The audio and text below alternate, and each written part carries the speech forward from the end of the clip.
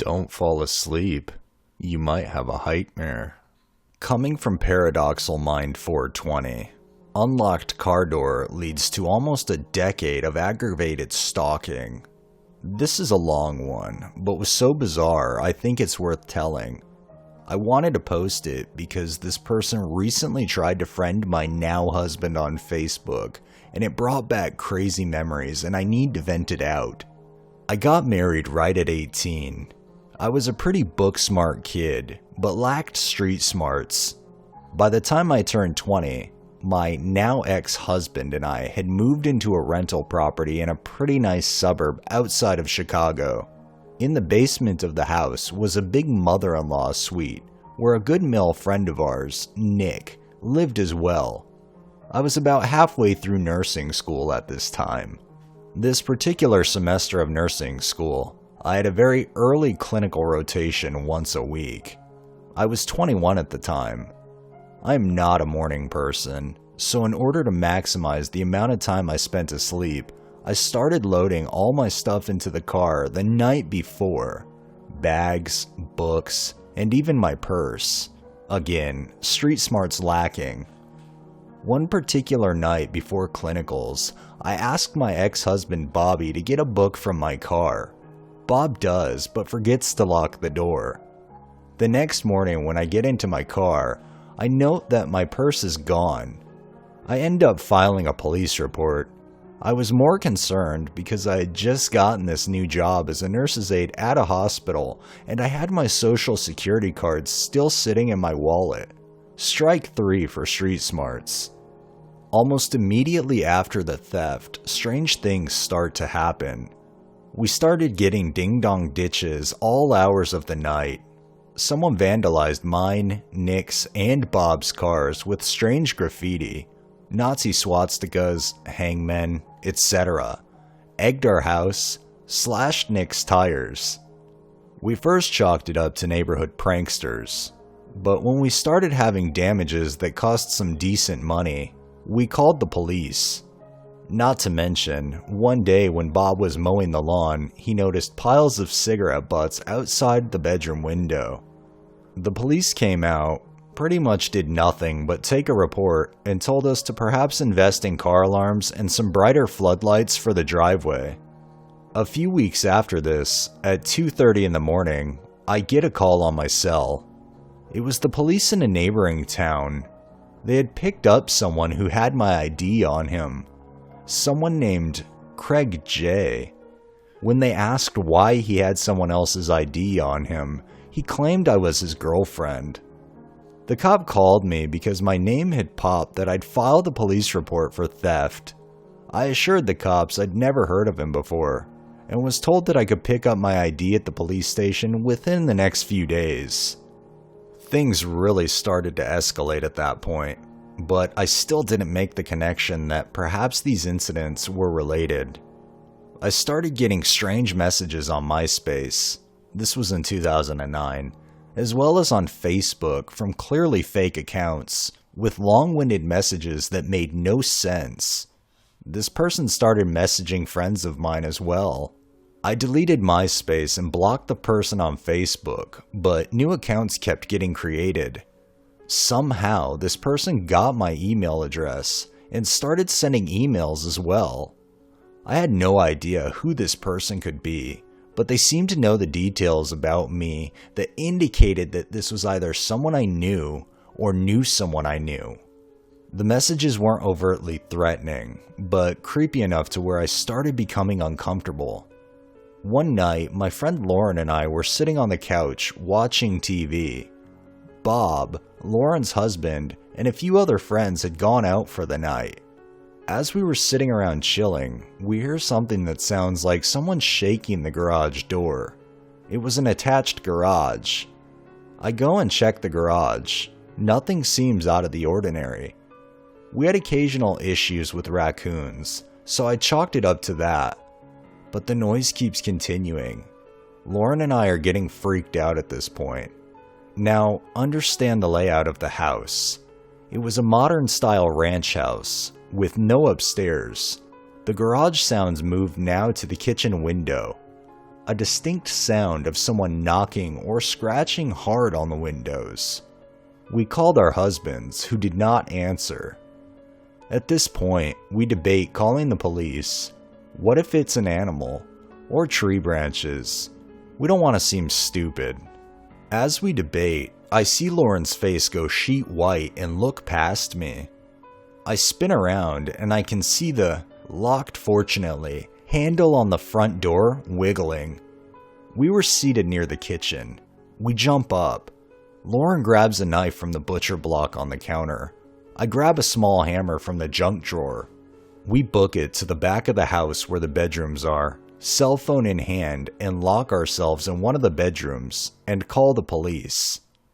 The dispatcher tells us to stay on the line, move furniture in front of the door if possible, and the police are on the way. We shove a dresser in front of the door, knife and hammer in hand. We agreed if this fucker was going to come in, he might be bigger or stronger than us, but he's not going down without a fight. We plan, if he gets in before the cops, I go for the head with the hammer, she goes for the gut with the knife. Cops show up, banging on the front door, shouting, "Police!" We can see the red and blue lights through the window. We leave the room, let the cops in. They find no signs of anyone present or evidence of an attempted break-in. They take a report. In the meanwhile, our husbands finally call us back. They come home and the cops leave. Flash forward a few months. A very close friend of ours, Sean, was renovating his apartment and needed a place to crash along with his girlfriend. Bob and I decided he could stay in the third bedroom in our house. The first night Sean stays with us, we are awoken at 2 in the morning by Sean screaming at someone. Bob and I jump out of bed and rush into the hall and into Sean's room. Sean and his girl are wide awake, lights on, looking totally freaked out. The screen is sliced and flopping in the wind. Sean told us he woke up to someone using what he thought was a knife on the screen and started climbing in through the window. We call the cops. They come out and take a statement. Sean describes the guy as best as he could. A white male, young looking, semi-shaved head with what looks like darker hair. Cops dust for fingerprints.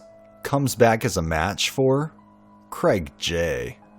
Turns out, I knew who he was. Vaguely. He was a year younger than me, and we had gone to the same high school, but I couldn't remember having any significant interactions with him. He lived with his parents only a few blocks from my parents' house. I ended up reaching out to high school acquaintances who knew him, and they remembered him as a nice but odd kid, kind of quiet but definitely on the strange side, who dropped out of school before graduation. Upon realizing that Sean had just moved in, the cop makes a statement that chilled us all. He probably didn't realize anyone was staying in this bedroom and thought the room would be empty. Cops go there, arrest him. He suddenly has quite the story for them. Him and I were secret lovers. I was ignoring him. We had a relationship. He had also been allowed into my home many times. I am floored. He gets charged with something like trespassing or breaking and entering and does light time for it, maybe a month, and has to pay a fine. In the meanwhile, I get a restraining order on him. He gets out and I hear nothing from him. I also develop a completely irrational fear of first-floor windows. Around Christmas of 2010, I am now 23. I figure the whole Craig thing is in the past. Bob and I decide to divorce, unrelated to this, and go our separate ways, and Nick has long since moved out. We end the lease. I move to a less desirable suburb, but with affordable rent. I settle on an apartment in a 4-unit building that had a locked entrance, and the only way in was with a key or with someone opening the door from the inside. I lived on the 2nd floor. By this time, I had graduated and was now a nurse, and was working now at a nursing home. Spring-summer of 2011. It started up again, with calls coming through to me at work, only to have someone hang up. Letters suddenly appeared in the staff-only mailbox, mailed to me with no return address. The strange emails started up again from random accounts. The messages were never overtly threatening, but they were long, way too frequent, way too out there. He spoke to me as if we were long-lost friends and had some sort of connection. I don't think he ever threatened to hurt me, although cutting into the house with a knife, I don't know what was going through his mind. What I kinda seemed to piece together over the years from all his rambling is that he had some sort of crush on me when I was younger, although I never remember even speaking to him during high school. And him happening to rob my car was some sort of sign from the universe or something that we were meant to be together. I call the cops. They basically tell me that because there have been no threats, and other than an order of protection or a cease and desist, there's not much they can do except watch and wait. This goes on for a while, and finally, one night I wake up at 2 in the morning to the doorbell ringing. I'm instantly in panic. I look out the window. There, illuminated in the floodlight, is Craig. I burst out crying. In my half-awake state, I run across the hall and start banging on my neighbor's door. He was an older divorced guy who lived alone. He goes downstairs, confronts Craig, and tells him the cops have been called. And I actually call the cops. He takes off. I file a report. They claim they will talk to him, but this only makes things worse. Friends I have on Facebook now start getting random messages from Craig, asking about me, telling them he has important information for me. Other times he alternates saying that I owe him money and I have a debt I need to pay off. My friends block him as he goes along. Meanwhile, my younger sister is living in the city with a few friends. He somehow finds out where, and drives to her apartment, and confronts her while she has people over. She freaks out. They kick him out. She calls the cops, who basically again state that he didn't commit a crime, but offer her a restraining order. Right after this, another incident. My younger cousin, who is a high school senior on the cross-country team. He shows up at my cousin's practice. Cousin has no clue who he is. He starts demanding information on me. Coach gets involved. Craig gets in a fight with the coach. The cops are called. He's banned from school grounds, but nothing more. He calls the nursing home administrator at my job, asking him to talk to me and that he has important information to tell me. The administrator, my work was now aware of the situation, tells him not to come onto the property or he will have him arrested for trespassing. At this point, I'm paranoid beyond measure. Then, just as quickly as it started, it faded off. It's now summer of 2012, and the final chapter in this saga. I'm almost 25 now. A friend of mine named Stacy, and incidentally Sean's ex, moved in with me temporarily while she was looking for a place. She was dating a new guy and spent quite a few nights at his place. One day, I picked up a double shift starting at 7 a.m. and ending at 11:30 p.m. Stacy texted me around 3:30 p.m. saying she won't be home that night and was going out with her guy. I arrive home at almost midnight. First thing I notice is that the door is unlocked. Uneasy, but thinking perhaps Stacy had just forgotten to lock it, I cautiously peer inside. I pan my gaze to the kitchen and living room. I can't shake the feeling that I'm unsettled. Something wasn't sitting right. Due to all of these incidents, I always made sure that 1 or 2 lights were on, even when we weren't home. I was still not even fully in the door when I noticed that I was staring into a pitch-black apartment, and immediately my brain went into full panic.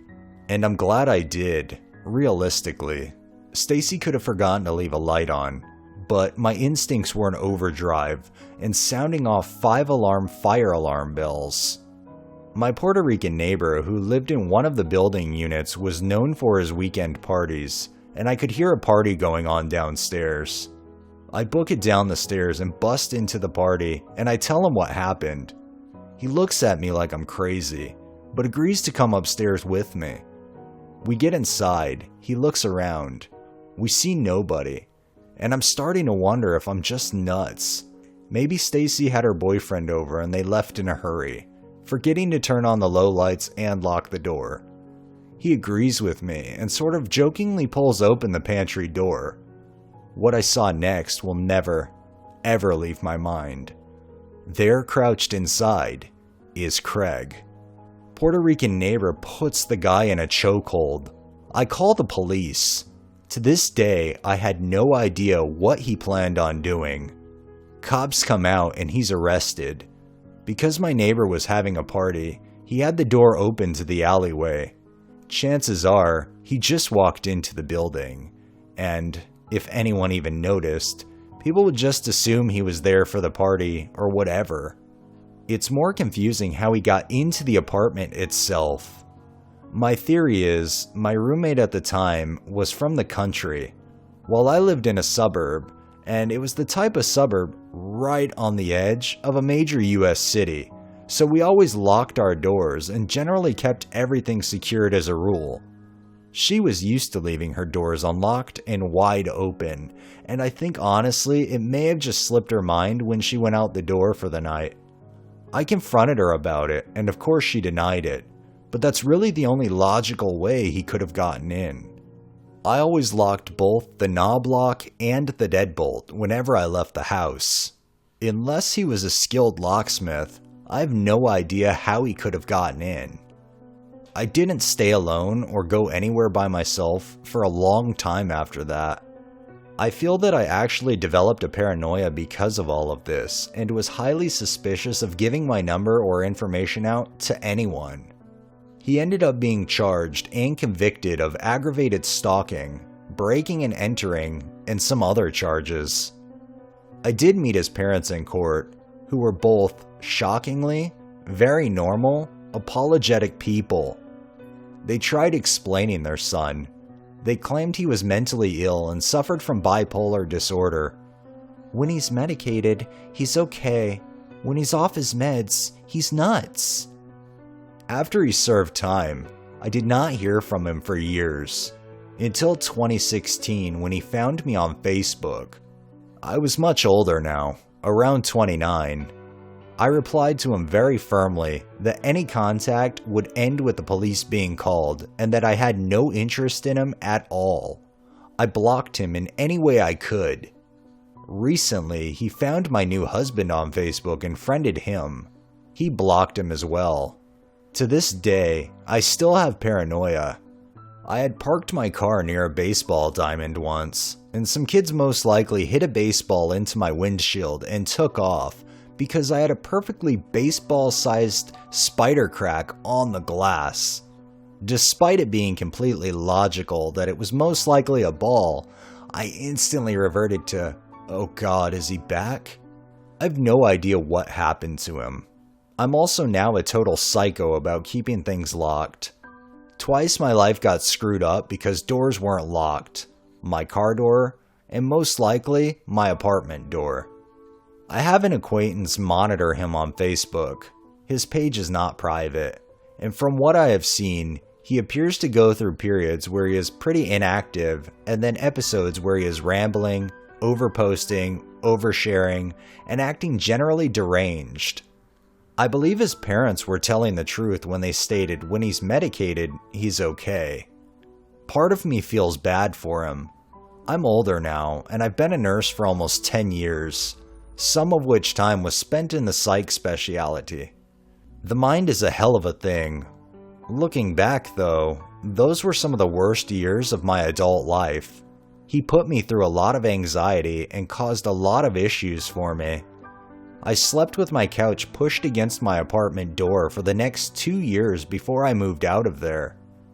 I'm now married, But on nights when I'm home alone, I still find myself resisting the urge to stack furniture in front of the doors. One of the other fallout from this situation, Craig either sold, lost, or gave away my social security card that had been in my purse. Someone tried to file for Medicaid benefits in Arizona using my name and social, as well as obtained a job using my social and failed to pay any taxes, leaving me with a surprise asset freeze by the IRS and a whole financial mess that needed to be untangled before they unfroze my accounts and paid me back the money they started to pull out of my paychecks for the back taxes I had nothing to do with. My credit got extremely messed up for years because of it, and to this day, I have a lock on my social security number and monitor my accounts like a hawk. Moral of the story? Never leave your purse in the car. Always lock your doors.